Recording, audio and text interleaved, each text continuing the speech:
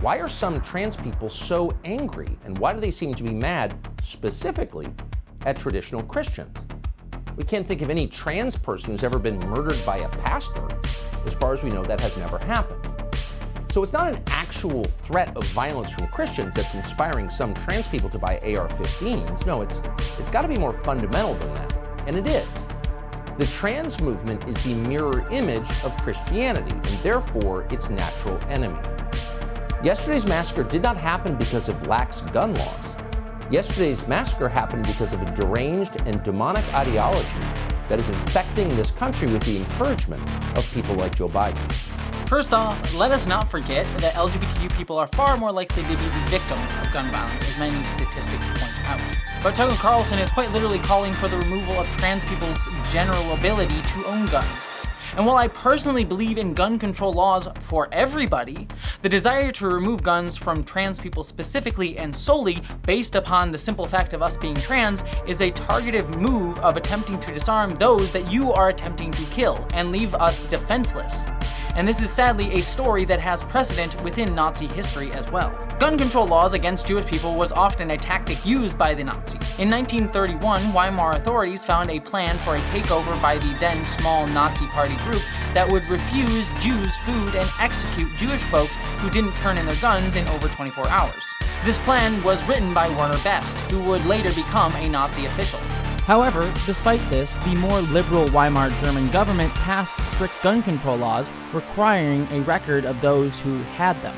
When Nazis did eventually seize power, Nazis used gun records to find Jewish people who owned them and search and confiscate their weapons. Jewish people and other politically unreliable folks, according to the Nazis, were denied the ability to buy and own guns after that point. Hitler's 1938 Gun Control Act also denied Jewish people the ability to work in gun factories, while simultaneously easing gun control laws for Nazi party members. Eventually it was ordered that Jewish property be redistributed to German citizens, and Jews were ordered to turn over all of their guns. This, by the way, is a narrative often twisted by fascists, claiming the Nazis took everyone's guns. Hitler took the guns, Stalin took the guns, Mao took the guns, Fidel Castro took the guns, Hugo Chavez took the guns, and I'm here to tell you, 1776 will commence again if you try to take our firearms. Doesn't matter how many lemmings you get out there on the street begging for them to have their guns taken. We will not relinquish them. Do you understand? And that's why you're going to fail, and the establishment knows no matter how much propaganda, the Republic will rise again when you attempt to take our guns. No, in actuality, the Nazis actually gave guns to more people like them and took them away from the minorities that they were targeting. All of this took place just weeks before the Night of Broken Glass. For those of you who have not heard of it, the Night of Broken Glass was an event that was set off by the shooting of a German diplomat by a Jewish living in Paris. Though evidence points to this just being the desired spark and justification for a pre-made plan on the Nazis' part.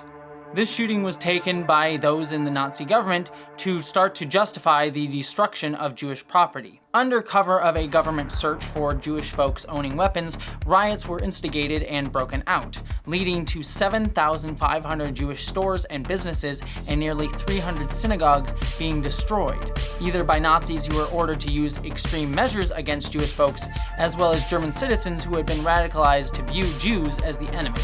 Propaganda minister Joseph Goebbels gave a speech that said, "The Fuhrer has decided that demonstrations should not be prepared or organized by the party, but insofar as they erupt spontaneously, they are not to be handled." The name Night of Broken Glass comes from the broken glass of Jewish homes, hospitals, businesses, and synagogues. At least 91 Jewish folks were killed, though that number may be much higher. Heinrich Himmler himself declared any Jewish person owning a firearm was to be sent to 20 years in a concentration camp, including even veterans who owned old rusty pistols from their time in World War I. Even those Jewish folks who willingly turned in their guns were sent to concentration camps, where many would never leave. As this clearly shows, using targeted gun control laws against a specific group is an intentional part of a genocide attempt. And it is by no means sadly surprising that a shooting done by a member of said group was used to instigate the rounding up of people and violence being done against them, all under the auspices of gun control laws.